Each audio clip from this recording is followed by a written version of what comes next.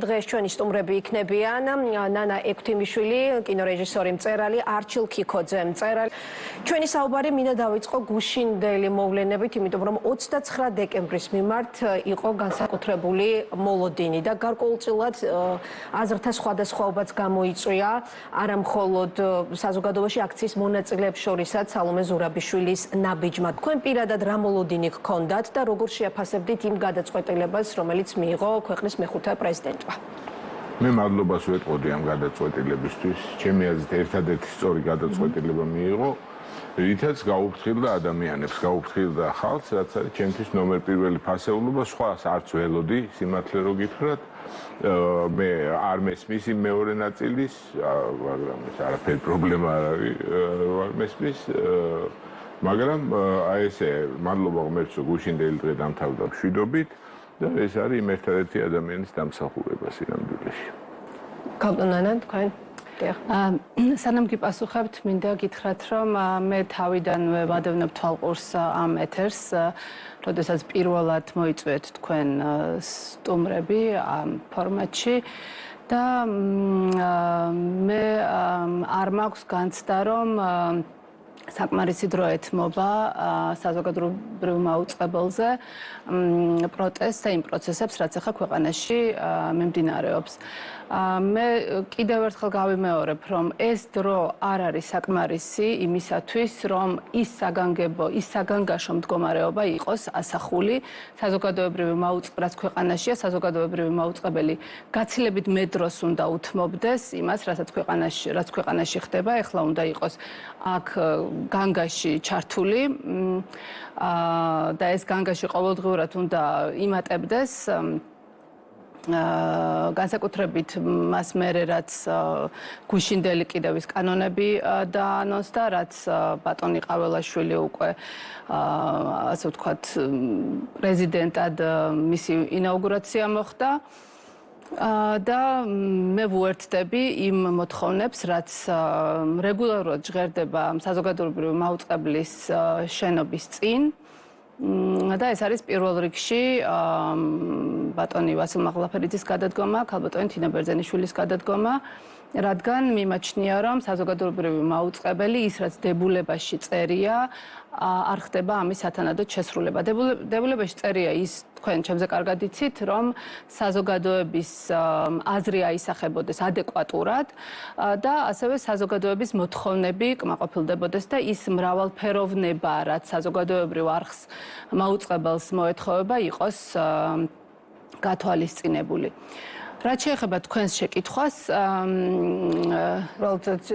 ჩართვის სახით, თქვენ ახსენეთ საზოგადოება, დიახ, უბრალოდ არიან ადამიანები, რომლებიც შეიძლება არ ეთანხმებოდნენ მეგულისხმობ მოქალაქეებს, თქვენს მოთხოვნებს, ბუნებრივია, საპროტესტო აქცია გრძელდება, ყველას აქვს თავისი პროტესტის გამოხატვის უფლება, იმ მოთხოვნების დაყენების უფლება, რომლებსაც ისინი მიიჩნევენ ამ შემთხვევაში საჭიროდ, მაგრამ ჩვენ მთელი დღის განმავლობაში თუ ადევნებთ არ ვიცი თვალს ჩვენ საინფორმაციო გამოშვებებს, პრაქტიკულად სწორედ ქვეყანაში 28 ნოემბრიდან შექმნილ მდგომარეობას ეძღვნება ყველა საინფორმაციო გამოშვება და აბსოლუტურად ყველა გამოშვება იწყება და სრულდება იმ მოცემულობით, რომელიც არის დღეს ქვეყანაში.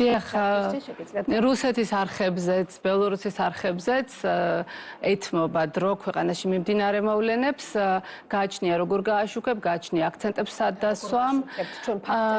დიახ, და ავსახავთ ფაქტებს, რაც ხდება. მე ჩემ განცდას გეტყვით, ქვეყნის სხვა ქალაქებში მიმდინარე აქციებს, ბუნებრივია ვაჩვენებთ ყველა იმ მოვლენას, რომელიც თან სდევს აი ამ პროტესტს, განცხადებებს, როგორც ერთი, ასევე მეორე მხარის განცხადებებს, საერთაშორისო შეფასებებს.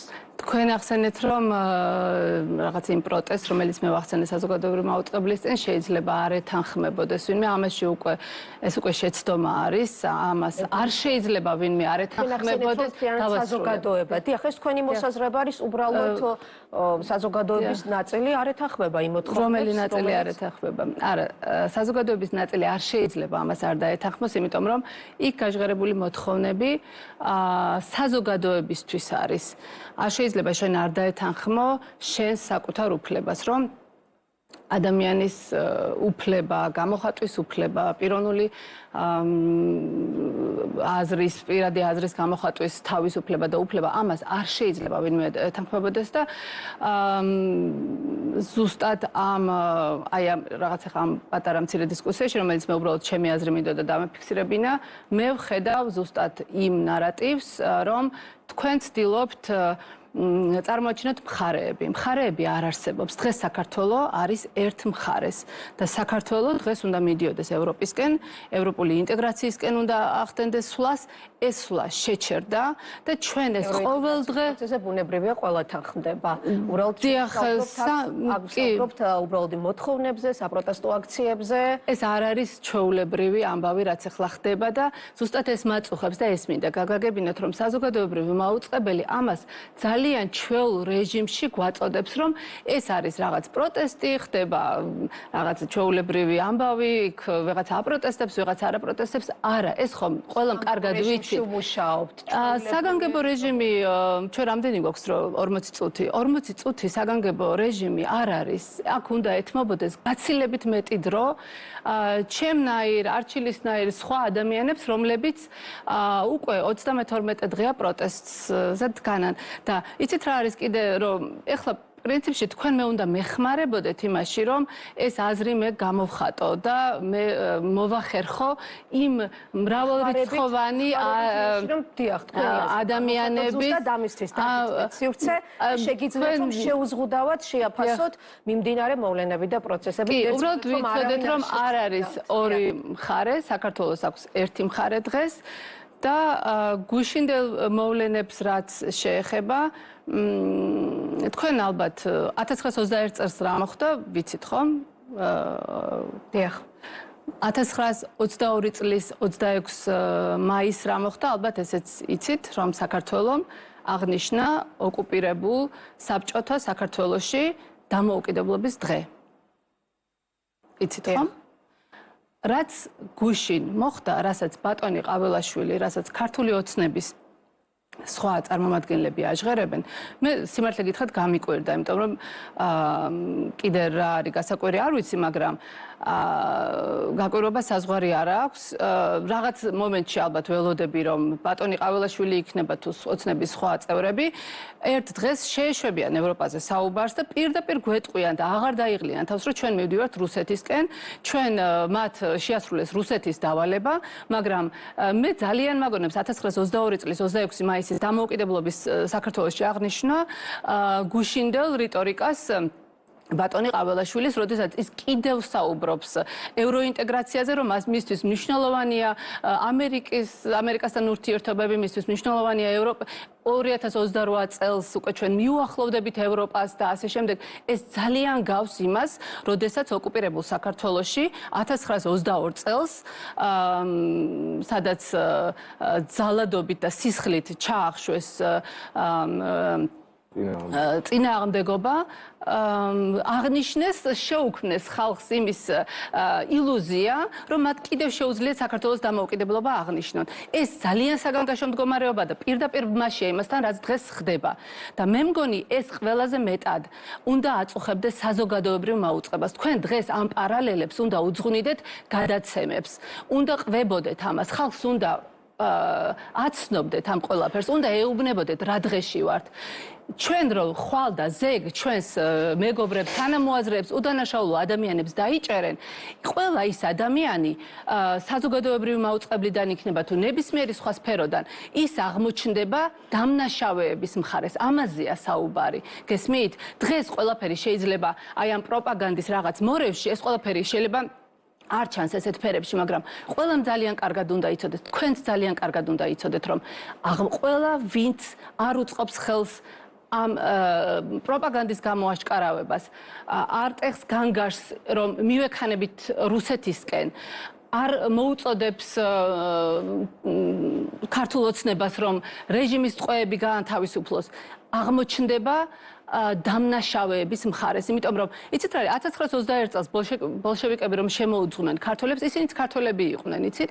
ისინიც ქართულად საუბრობდნენ, ქართულად გამოიყურებოდნენ, იცოდნენ ქართული სიმღერა, ქართულ სადღეგრძელოებს ამბობდნენ, საქართველოს უყვარდათ, მაგრამ ისინი აღმოჩნდნენ მოღალატების მხარეს და დღეს ჩვენ გვაქვს საქმე ღალატთან. ის ვინც ქართულ ოცნებას და ქართული ოცნების პროპაგანდას, ნარატივს ემსახურება, ან თუნდაც ამ ყველაფრის რაღაცნაირად გაშუალებას და რაღაც ჩვეულებრივ კალაპოტში მოქცევას, რაღაც მცდარი იმედების მიცემას, რომ ჩვენ ვითომ მივდივართ ევროპისკენ, ეს ყველაფერი არის დღეს ღალატი. მიმდინარე პროტესტის ფონზე როგორ გესახებათ ახლა ქვეყნის მეხუთე პრეზიდენტის როლი, იმიტომ რომ სალომე ზურაბიშვილს გუშინ სალომე ზურაბიშვილმა მიიღო გადაწყვეტილება, გამოვიდა ის ორბელიანების სასახლიდან საზოგადოების ნაწილი, ადამიანები, რომლებიც უკვე 31 დღეა გადან რუსთაველის გამზირზე აქციებზე მიიჩნევენ მას კვლავ პრეზიდენტად და ერთადერთ ლეგიტიმურ ინსტიტუციად. მე სამ ადამიანების რიგს ვეკუთვნი. დიახ, და როგორ ხედავთ ახლა მის როგორც მანამდე იყო, აბსოლუტურად არანაირი მნიშვნელობა არ აქვს ადიჯდება ადამიანი, ხო, ეს აბსოლუტურად სიმბოლური ხა ვიღაცას უხარია, რომ განთავისუფლდა ის სასახლე შეიძლება, ხო, და ის შესახლება. მე თვითონ მიხეილ ყაველაშვილის ადგილას არაფერი არ გამეხარდებოდა, არ მგონია ისიც ძალიან ბედნიერი იყოს, იმიტომ რომ მე მგონია, რომ ის კრიტერიუმი, რითიც ის შეირჩა ერთადერთი ადამიანის მიერ ბიზინე ივანიშვილის მიერ, ერთ-ერთი კრიტერიუმი იყო, რომ ამ კაცმა ივანიშვილმა არ გაიმეოროს წარსულის შეცდომები. არ აირჩიოს ისეთი ადამიანი, რომელიც გამოავლეს პრინციპულობას, რომელიც რაღაც ხაზებს არ გადაყვეთს და აი ამ კრიტერიუმით შეარჩია ყველაზე რბილად რო ვთქვათ, ყველაზე საშუალო ვის შორის მაგას დავანებოთ თავი, მაგრამ რა ვიცი რა გითხრათ, აბა რამდენი ხანი გასტანს ეს ყველაფერი. სალომე ზურაბიშვილი ხო არ იყო მოაზრებული, სულ იყო ლაპარაკი იმაზე, რომ ამ მოძრაობას ყავს ლიდერი, არა ყავს ლიდერი, ვინ არის ლიდერი.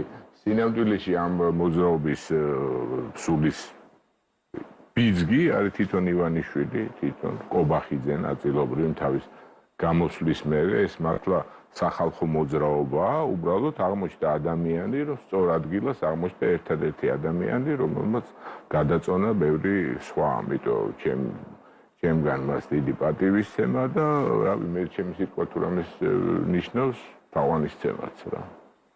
ამიტომ მისი როლი იქნება ისევ ძალიან დიდი, ეს არის საერთაშორისო დიპლომატიის, არ ვიცი, მე მის მანაცვლად ვერ გეტყვი. ეს დაანონსა კიდეც, რომ ის ერთი რაღაცა ნამდვილად სწორად მენიშნა მისი ნათქვამიდან, როცა ახალგაზრდებს უთხრა, რომ დროა, რომ თქვენს ფაქტურად წახვიდეთ პოლიტიკაში, იმიტომ რომ ძალიან ბევრი ადამიანი გამოჩნდა, რომელიც ჩემზე უკეთ ლაპარაკობს, ჩემზე ბევრი იცის, მართლა მეტი იციან ამ ხალხმა, ახალგაზრდებმა. და დროა რომ ახალი სახეები გამოჩნდნენ სასწრაფოდ თან ქართულ პოლიტიკაში, იმიტომ რომ როგორც ნახეთ, ჩვენი პოლიტიკოსების დიდი ნაწილი დევალვირებულია უბრალოდ და ხშირად არაადეკვატური. ამიტომ ეს პროტესტი არის. რატომ იმათ მოკითხეთ, რატო არიან დევალვირებული? თავისი რაღაცები წარსული გზების გამო და წარსულის გამო ბევრი ხანდახან პოპულიზმის გამო, მაგრამ მაგას მე პოლიტიკოსებზე სალაპარაკოთ არ მოვსულა რა, მე მოვსულა იმ ხალხზე. მაგრამ იცით აი ბატონო არჩილაი, ითხოვენ, აი თქვენთანაც მექნება ეს შეკითხვა, ახალი არჩევნები უნდა დაინიშნოს, ეს არის მთავარი მოთხოვნა. ნუ იქ გაიყო აზრები, ნაწილი ითხოვს ახალ არჩევნებს, ოპოზიციურ სპექტრში, მეორე ნაწილი ვადამდელ არჩევნებს. არავინ არ ითხოვს ვადამდელ არჩევნებს. ნუ იქ იყო რამდენიმე პოლიტიკურ სპექტრს, თორე არ გულისხმობ აქციის ვადამდელ. ახალი არჩევნები. ანუ ეს არის გზები, რომელზეც თავად პოლიტიკური სპექტრი საუბრობს. თქვა ინიშნება ახალი არჩევნები. აი მოცემულ პოლიტიკურ სპექტრში გულისხმობ ოპოზიციურ სპექტრს, ვინ იღებს მონაწილეობას, იგივე ხალხი მიღებს. ანუ საჭიროა თუ არა ახალი ძალების გამოჩენა. მე მგონია, რომ საჭიროა და გამოჩნდება კიდევაც ძალიან დიდი იმედი მაქვს თან სასწრაფოდ. მეორე ძალიან ვინც არ უნდა მოვიდეს. ჯერ ერთი იმედი გვაქვს, რა თქმა უნდა, რომ ეს იქნება კოალიციური მთავრობა და ეს არ იქნება ერთი კონკრეტული გამარჯვებული. ნებისმიერ შემთხვევაში ეს იქნება უკეთესი სიტუაცია, ვიდრე დღეს არის. აი, როგორც სტაგნაციაში შესული ნაციონალური მოძრაობის მერე ნებისმიერი ახალი ხელისუფლება იქნებოდა პროგრესული, ისეთი და იმაზე უარესი მდგომარეობა გვაქვს დღეს, როდესაც ნებისმიერი ცვლილება, ნებისმიერი პროევროპული ძალა, ნებისმიერი პროდასავლური ძალა. აი, ვეთანხმები აბსოლუტურად ნანას, რომ ამ ხალხის მომხრეები, რომელსაც ძალიან ბევრს ვიცნობ, პირადად ვიცნობ, ძალიან ვიცი, რომ ეს ხალხი არიან პრორუსები, ძალიან ბევრი, ხო და ამას ღიად ლაპარაკობენ ძალიან დიდი ხანი გავიდა მას მე, რაც აღარ ერწყინებათ ამაზე ლაპარაკი და ეს ხალხი, რომელიც წყალებში დავარქვათ მათი ლიდერები, ხო? მაინც ისევ იმას არიან ჩაჭიჭინებული. ქართული ოცნების ამორჩეულებსაც გულისხმობთ. ო, რა თქმა უნდა, ხო? გულისხმობ, მაგრამ რა თქმა უნდა. არა, ყველა არა, მაგრამ ძალიან ბევრი ჩემი ნაცნობი რა. ეხლა, რა თქმა უნდა, ისინი კიდევ უფრო ნაკლებ ხმას აიღებენ, რომ დაინიშნება არჩევნები, ვიდრე აიღეს წინა არჩევნებში, თუნდა აი ეს გაუყალბებელი რაღაცები ხო ნამდვილად აიღეს. ეხლაც რაღაცას აიღებენ, მაგრამ ეს იქნება ბევრად ნაკლები, იმიტომ რომ ჩვენ მოცემულობაში ეს ქართველები, საქართველოს მოქალაქეები არა ვართ ცუდი და ბოროტი ხალხი, როცა ვხედავთ წამებას, როცა ვხედავთ.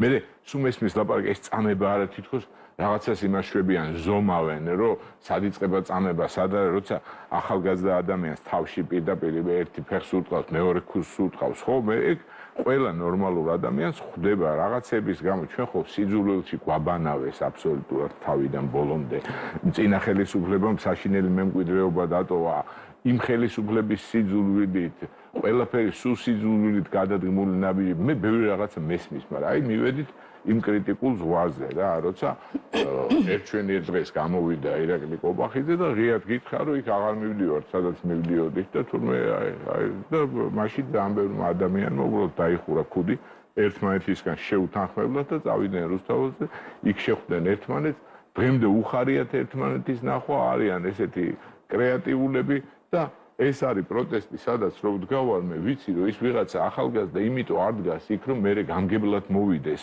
პირველად მაქვს ეგ ზომა რომ ვიცი რომ ის მსახიობი მარტო იმიტომ დგას რომ თავის საქმე უყურს, თავის მომავალი უყურს და თავის ქვეყანა უყურს და პატრიოტის რაც შეეხება ეს რაღაცა ყურით მოთრეული ისინი უსამშობლოები, აი რაღაცა საიზრობებს რომ ეძახიან, კი ბატონო თაობები ერთმანეთისგან განსხვავებულია რა ვიღაცას ესეთი გამოხატვა აქვს ისეთი ვიღაცას ისეთი ჩვენთან რატომღაც აი ესე წავიდა საქართველოს უახლესი ისტორია რომ რაღაცა ყალბის სიტყვების რახარუხი გახდა პატრიოტული ტექსტი თუ რაღაცას არ არახუნებს სარგებლოსავით თან თავს რო ვერ გაიგაი ცედით და სოსო ჭუმბურიძის პოსტები ნახეთ აი ეს გახდა რატომღაც ეს რაღაცა ჩიქორთული ვითომ ძველ ქართული პატრიოტიზმის ენა და ის რომ პატრიოტია თუნდაც სხვანაირად გამოიყურება თუნდაც სხვანაირად რითი არ არის პატრიოტი როცა თავს წირავს მარტო იდეისთვის და კიდე ერთხელ ვიტყვი რომ აქ იქით მხარეს მე მართლა აღარ ველოდები არაფერ რაციონალურს ხო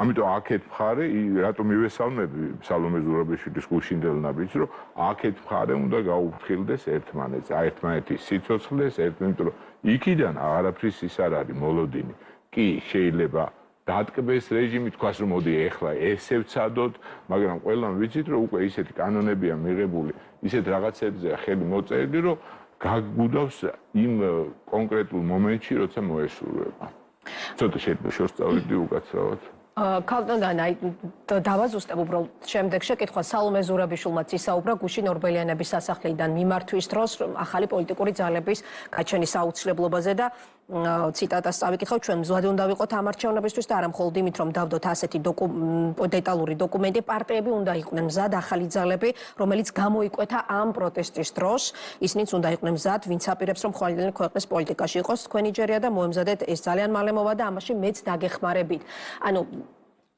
ბატონ მარჩულმაც ისაუბრა და თქვენს ეთანხმებით რომ ხედავთ საპროტესტო აქციების მონაწილეების განწყობებს და დამოკიდებულებებს ოპოზიციური სპექტრის მისამართით, ანუ არა მხოლოდ ხელისუფლების. მაგაზე არაფერი მithქვამს, მაგრამ ვიტყვით უგნებოდ. დიახ, შეიძლება არ ეთანხმებით თქვენ, ანუ ფიქრობთ თუ არა სხვადასხვა აზრი გვაქვს, აბსოლუტურად არა აქვს მნიშვნელობა. იმიტომ რომ ეს პროტესტი იმითიც არის კარგი, რომ იქ არის სხვადასხვა აბსოლუტურად სხვადასხვა აზრი, აბსოლუტურად სხვადასხვა პოლიტიკური სიმპათიების ბავშვები ზოგი მემარცხენეა ზოგი ხო გეუბნებით ისეთი რაღაცები იციან მე რომ არც გამიგია რა უბრალოდ ერთ რაღაცაზე არის ყველა შეთანხმებული რომ არ გვინდა რუსეთის ორბიტაზე დაბრუნება იმიტომ რომ არ და ერთ რაღაცასაც ვიყვი ძალიან დიდი ბოდიში რა და სულ ამბობ და ამ თქვენ ეთერშიც გავიმეორებ რა რომ ყველაფერი ისევ ვიტყვი რომ სიძულვილზე აიგო, ისევ აიგო ქართველი საქართველოს მოქალაქეების ტრამვულ გამოცდილებებზე, ამ ომით დაშინებაზე და არავის არ აქვს ილუზია აბსოლუტურად რომ ჩვენ შეიძლება რუსეთს ვეომოთ, ან ეს ომი მოვიგოთ, ან აბსოლუტურად არავის და რა თქმა უნდა ყველას არათუ არ უნდა ეზიზღება და ეჯაბრება ომი, მაგრამ ერთი რაღაცა არის რა რუსეთი ერასდოს ვერ მოიკიდებს ფეხს შენთან თუ შენი საზოგადოება არ ემგვანება მის საზოგადოებას და თუ გექნება იგივენაირი კანონები, თუ გექნება იგივე წესებით მართული, თუ იქნები კორუფციაში ჩაფლული, თუ იქნება ქვეყანა მაფიოზური და სხვაგან მისასვლელი აღარც გაქვს არსად. იმიტომ რომ ეს არ არის გზა ესეთ სახელმწიფო ცივილიზაციური სამყაროსთვის, ის არის ერთადერთი გზა რუსეთის. ამიტომ ერთადერთი რითიც შეგიძლია დაუპირისპირდე, რომ იყო უკეთესი საზოგადოება, სამართლიანი საზოგადოება, კონდეს უკეთესი კანონები და ამ კანონებს აღასრულებთ. ქალბატონო, მაშინ აი თქვენი აზრი მაინტერესებს, თვლით თუ არა, რომ თუნდაც მიმდინარე პროტესტიდან საჭირო არის ახალი ლიდერების დაბადება, პოლიტიკური სივრცის გაჯანსაღება, ახალი პოლიტიკური ძალის ფორმირება და მოიაზრებთ თუ არა ამ პროცესის სათავეში სალომე ზურაბიშვილს, თუნდაც ახალი პოლიტიკური ძალის ლიდერად. კი ბატონო, გიპასუხებ, წეგან უბრალოდ ახსენეთ ვადამდელი არჩევნები და ახალი არჩევნები. ეს ოპოზიციურ სპექტრში იყო განხილვის თემა, ჩვენ ნახეთ წინა კვირაში მიმდინარეობდა კონსულტაციები. მე გეტყვით საპროტესტო სპექტრიდან, იმიტომ რომ რაც იმას მერე რაც გაყავდა არჩევნები. გავარ ამ პროტესტზე და სრულიად განსხვავებულია ვადამდელი არჩევნები ნიშნავს, რომ აღიარებ შენ ამ არჩევნებს და ლეგიტიმაციას ახდენ ამ არჩევნების და ვადამდე ახალ არჩევნებს. დავაკონკრეტებ, ეს იყო კოალიცია ცვლილებებისთვის ერთ-ერთი ლიდერის ინიციატივა. არ ვიცი, მე უბრალოდ მე გეუბნებით თქვენს შემოტანილ ამ საუბარში ამ ორ ცნებას და განვმარტავ, რომ ვადამდელი არჩევნები არის სხვა, რომელიც უკავშირდება უკვე აღიარებას ამ არჩევნების, რაც არის გამორიცხული და ახალი არჩევნები არის ის, რომ პროტესტის მონაწილეები არ ეთანხმებიან ამ არჩევნების შედეგებს. ეს არჩევნები უნდა გადაუძახოთ ნაგავში და უნდა დავნიშნოთ ახალი არჩევნები. აი ეს არის იმ პროტესტის, იმ ნაწილის თუ იმ პროტესტის დამოკიდებულება, სადაც მე ზუსტად არჩევნების გაყალბების მეორე დღიდანვე ვდგავარ. რაც შეეხება თქვენს კითხვას, უნდა წარმოიქმნას თუ არა ახალი ძალები, იცით რა არის? მე ვფიქრობ, რომ ეს არ არის მნიშვნელოვანი კითხვა, ეს არ არის. საქართველოს პრეზიდენტს აქვს თავისი აზრი, ხალხს თავისი აზრი აქვს, ოპოზიციას თავისი აზრი აქვს. აქ არ არის გადაწყვეტილებების პოლიტიკურ გადაწყვეტილებებს აკეთებს ხალხი. ზუსტად ამას გეუბნებით. თავარი დაკვეთა იმ ადამიანების, რომლებიც დგანან აქციაზე. თავარი დაკვეთა არის პირველ რიგში გამოუშვით დაკავებულები. ისინი არ უნდა შეხვდნენ ახალ წელს, თუ მიყურებს ახლა ქართული ოცნების ამომრჩევლები და თუ ისინი კიდევ ქართული ოცნების ამომრჩევლები იქნებოდნენ, აი იმ ყველაფრის მერე რაც მოხდა, მე მივმართავ და ვეუბნები, რომ აუცილებლად უნდა მიიღოთ იმაში მონაწილეობა, რომ რეჟიმის უკანონო პატიმრები იქნენ განთავისუფლებული, ახლა ისინი არ უნდა შეხვდნენ ახალ წელს კი არა არც ერთ დღეს და არც ერთ წამს პუტინის დაკვეთით ციხეში. ეგ ერთი. შემდეგ რაც შეეხება რაღაცა, იცით როგორი განცდა მაქვს, რომ თითქოს რაღაცა დისკუსია უნდა წარმოიშვას, რაღაცა ხელოვნური იმის შესახებ, რომ რაღაც გვაკლია და არ არის. არაფერი არ გვაკლია. აი დავასრულებ. ხომ არის მოთხოვნა? არაფერი არ გვაკლია, ახალი არჩევნები და ინსტრუმენტებით. იცით რა არის? ამ მოთხოვნა პოლიტიკური პროცესისგან უნდა ანუ პოლიტიკური სპექტრი აქვს. არა, უბრალოდ ჩაგეკითხეთ და შემდეგ არ დამავიწყდება, ყველაფერს ვიმახსოვრებ და ყველაფერზე გაგცემთ პასუხს. ისმენთ. იცით რა არის? ამ პროცესს არაფერი არ აკლია. რაღაცის დაკლებით და აი დისკუსიის ამ ხარეს გადატანით იმიტომ რომ როდესაც საზოგადოებრივ მაუწყებელს უსმენ და მე გისმენთ თქვენ, მე ეს ყურში მხვდება, რომ რაღაც თითქოს ორ მხარეზეა ლაპარაკი, რაღაც თითქოს ვადამდელ და ახალ არჩევნებზეა ლაპარაკი, თითქოს რაღაცის საჭიროებაზეა, ყველაფერი დღეს რაც არის საჭირო არსებობს, ეს არის ხალხის ნება. ამას ამბობს თავად სალომე ზურაბიშვილი. მე მქონდა შესაძლებლობა პირადად მეკითხა, როცა ჯაჭვში ჩადგა, იმიტომ რომ მეც იქ იმონაკვეთში მოვხვდი, ქონდა თუ არა განცდა, რომ ამ ჯაჭვს თვითონ კრავდა და ის იყო მთავარი შემკვრელი ამ ჯაჭვს და მან მითხრა, რომ არა, ეს არის ხალხი და მე ძალიან ვაფასებ ამ დამოკიდებულებას, იმას, რომ ყველა აღიარებს დღეს, რომ ამ პროტესტს არ მართავს და ვერ მართავს ერთი ადამიანი, ან ერთი პოლიტიკური პარტია, ან ერთი ლიდერი, ან ადამიანების ან აქტივისტების ერთი ჯგუფი. ეს არის ხალხის ნება. ყველა ვინც დგას იქ პროტესტზე არის ლიდერი და არც ერთი იქ მდგომი ადამიანი არ დაუშვებს იმას, სანამ ჩვენ ფიზიკური შესაძლებლობა მოგვეცემა, რომ ეს უსამართლობა გავაპროტესტოთ, ქვეყნის ღალატი გავაპროტესტოთ და ქვეყანა დავაბრუნოთ ისევ კარგი მომავლისკენ, ევროპისკენ სულა ისევ განაგრძოს საქართველოს, სანამ ეს არ დასრულდება, ეს წინააღმდეგობა იქნება. ეს წინააღმდეგობა არის ძალიან ჯანსაღი და არ არის იმის, რა თქმა უნდა, თუ გამოჩნდებიან ძლიერი პოლიტიკური ლიდერები, იქნება ხალხის ნდობა, იქნება კარგი დიალოგი და ასე შემდეგ გაცვლა და პროცესები წავა ჯანსაღი მიმართულებით, რა თქმა უნდა, ეს არის კარგი, მაგრამ ამ კითხვის დასმით არ მინდა რომ მოხდეს რაღაცა შეიქმნას ის შთაბეჭდილება თითქოს პროტესტს რამე აკლია. ან რამდენი ადამიანი გამოვა, ან რამდენი თავია, ან დრონი საიდან გადაიღებს ამას და არ გადაიღებს. დრონზე არ არის ხალბატონ ნანას. ეს რაც მესმის პროპაგანდისტული მედიის მეთოდების ახალი არჩევნების მოთხოვნის მიღწევა. პოლიტიკური, ანუ მიმდინარეობს პროტესტი და ასევე მიმდინარეობს პოლიტიკური პროცესიც, ხომ? იმიტომ რომ პოლიტიკური ლიდერები სალომე ზურაბიშვილთან აქტიურ კონსულტაციებს გადიან. უბრალოდ აი ამ კუთხით გეკითხებით, რომ რა ბერკეტებით გესახებათ? თქვენ იცით ჩემი პროფესია? დიახ. მე ვარ ავტორი, მწერალი და კინორეჟისორი.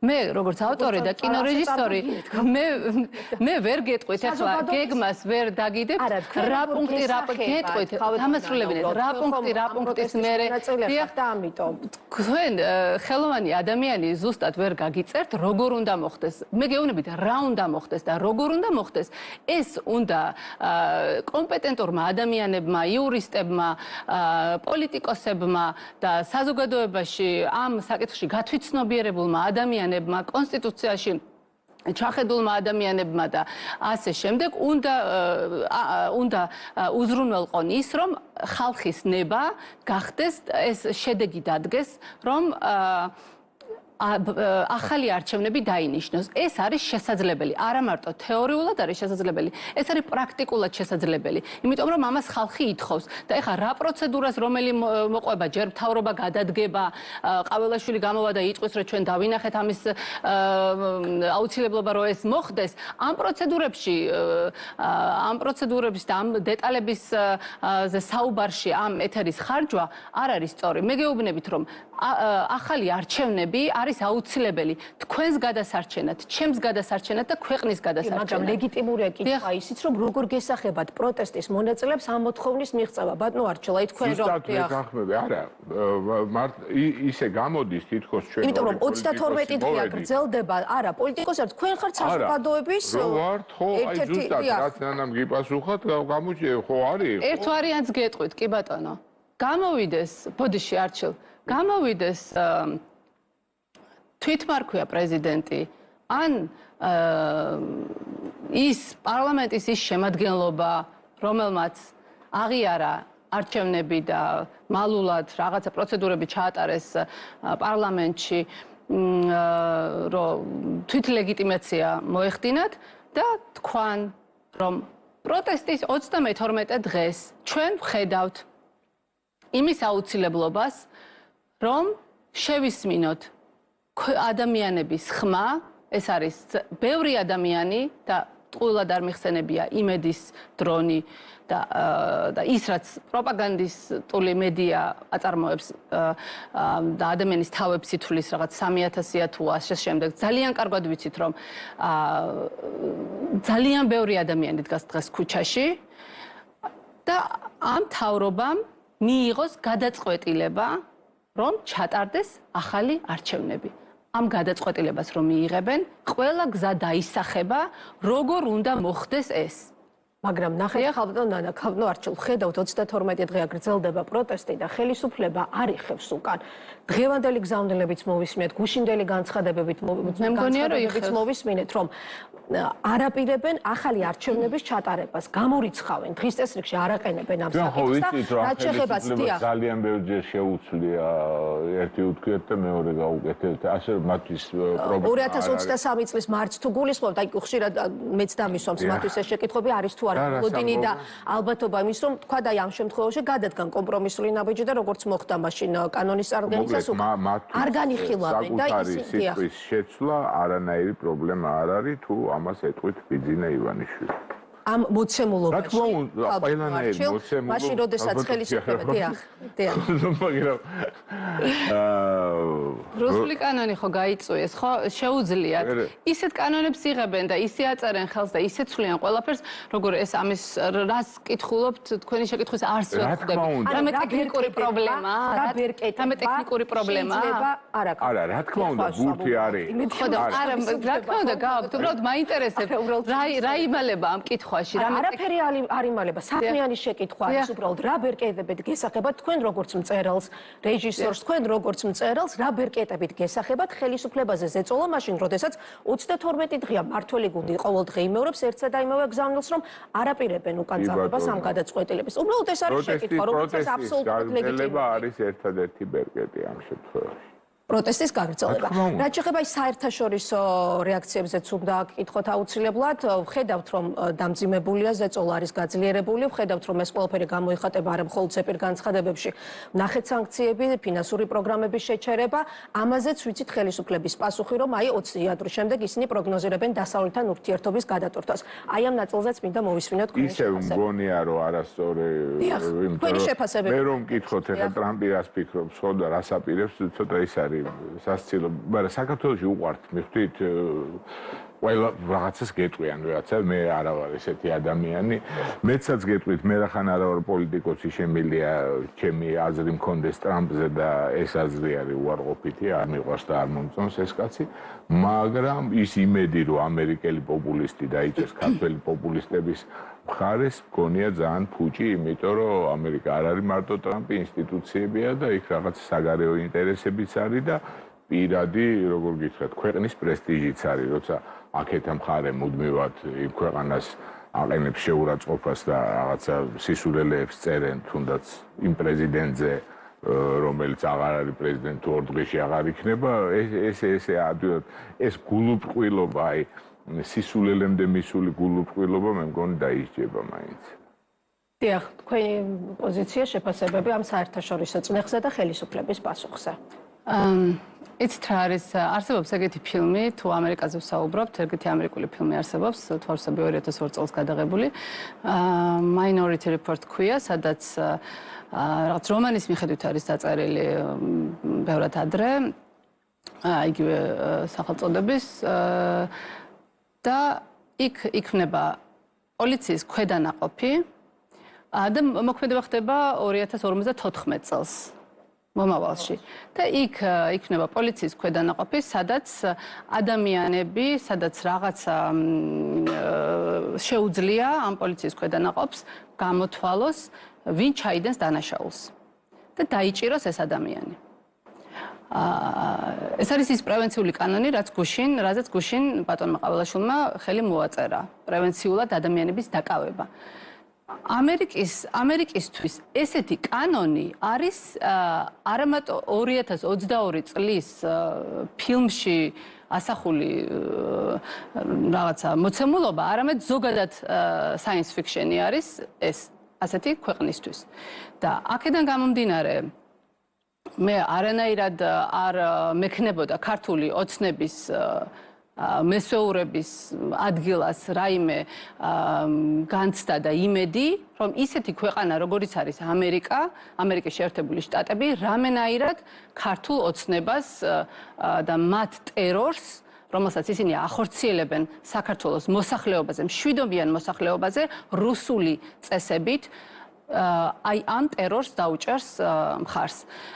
ასევე ქართული ოცნების მხარდამჭერებმა და მე ძალიან დიდი იმედი მაქვს, რომ ის მხარდამჭერები აღარ არიან ქართული ოცნების მხარდამჭერები, უნდა იცოდნენ, რომ ის დაკავებების წყება, ის ცემები, ის სასამართლოები, ის მეთოდები, რაც ჩვენ იმ რამდენიმე დღის განმავლობაში და ეს გრძელდება დღემდე ვიხილეთ, ეს არის ზუსტი ანალოგია იმისა, რაც მოხდა ბელორუსში, ის არის ზუსტი ანალოგია ის, რაც ხდებოდა რუსეთში. შეგიძლიათ თქვენ მოძებნოთ ეს ვიდეო მასალა არის თავისუფალი და შეგიძლიათ ჩაატაროთ კვლევა და ნახოთ, როგორ გავს ქართული ოცნების ტერორი ბელორუსში ტერორს და რუსეთში ტერორს და სადამდე მიიყვანეს ქვეყანა და ჩვენც აქეთკენ მივდივართ. ამიტომ რა საშუალებებით ვფიქრობთ პროტესტის მონაწილეები, რომ წნეხი გაგრძელდეს და პროტესტი შენარჩუნდეს და ასე შემდეგ. პირველ რიგში არის ის, რომ ჩვენ ვდგავართ სიმართლის მხარეს. სიმართლე არის ის, რომ საქართველოს აქვს უფლება, რომ იყოს ევროპული მომავალი ქონდეს და ის ისტორია არ დაბრუნდეს 1921 წელს არ დაუბრუნდეთ 1924 წლის აჯანყება რო იყო ჩახშობილი იქ არ აღმოჩნდეთ და ამ აჯანყებას თუ წინააღმდეგობას უпростоრად ამ წინააღმდეგობას კონდეს კარგი დასასრული ამ კარგი დასასრულისთვის ჩვენ ძალიან ბევრს ვაკეთებთ ცალკეული ადამიანები საქართველოს ყველა მოქალაქე პრინციპში ვისაც გაცნობიერებული აქვს რა მდგომარეობაშია ქვეყანა ერთადერთი ვინც შეიძლება დღეს იქ არ ან ვერ დგას არის ის ვისაც არ აქვს გაცნობიერებული რა ხდება საქართველოში და ამიტომ მოვედი მე თქვენ დღეს თქვენს არხზე და ამიტომ ვიყენებ ამ საშუალებას რომ ვუთხრა ამ ადამიანებს რომ გამორთეთ იმედი ნუ უყურებთ პროპაგანდისტულ მედია საშუალებებს და მოითხოვეთ საზოგადოებრივი მაუწყებლისგან უფრო მეტი სიმართლე და არა ის 2 საათი თუ 1 საათი, რაც გვეძღუნება ჩვენ და ძალიან გთხოვთ თქვენც პირადად, რომ ამაში მიიღოთ მონაწილეობა და ამაში მიიღოთ დადებითი როლი.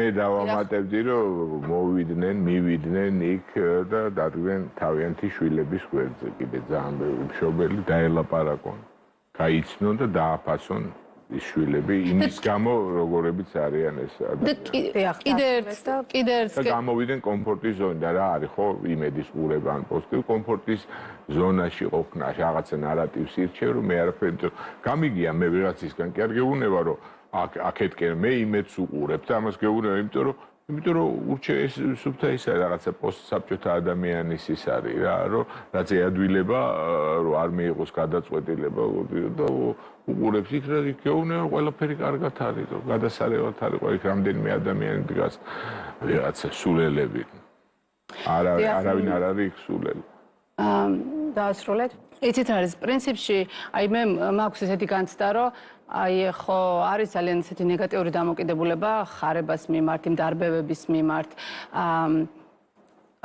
პრინციპში ასეთ მდგომარეობაში როდესაც თუ საუბრობთ მედიაზე როდესაც მედია არ ტეხს განგარს არ აშუქებს სათანადოდ დისკრედიტაციას უკეთებს პროტესტს ან ცდილობს მხარეები წარმოაჩინოს ან რაღაცნაირად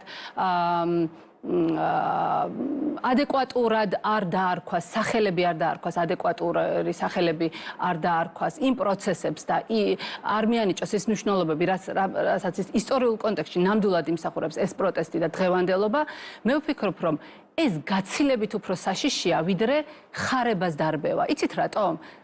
ხარებას სპეცრაზმი, როცა არბევს ადამიანებს, მათ ეტყობათ ცემის კვალი, ეს ჩანს. მაგრამ თუ საზოგადოებრივი მაუწყებელი, სხვა მედიები, როგორიც არის იმედი, გაავრცელებს პროპაგანდას, ეს დალურჯებული თვალები არ გამოჩნდება, მაგრამ მე მინდა გითხრათ, რომ ეს არის იგივე დანაშაულის კვალი, რაც აისახება ჩვენზე. ამიტომ აუცილებელია, რომ საზოგადოებრივმა მაუწყებელმა გახსნას ეთერი უფრო დიდ ხანს, იმიტომ რომ თქვენ, რა თქმა უნდა, მეტი არ არის გახსნილი, 1 საათი არ არის საკმარისი, არ არის 1 საათი საკმარისი, უნდა გახსნას შეიძლება გაცილებით მეტი საშუალება გაქვთ, თქვენ 24 საათიანი მაუწყებლობა გაქვთ, 24 საათიან მაუწყებლობაში 40 წუთს გვაძლევთ 40 წუთი შეხედეთ ქვეყანაში რა ხდება 24 საათიანი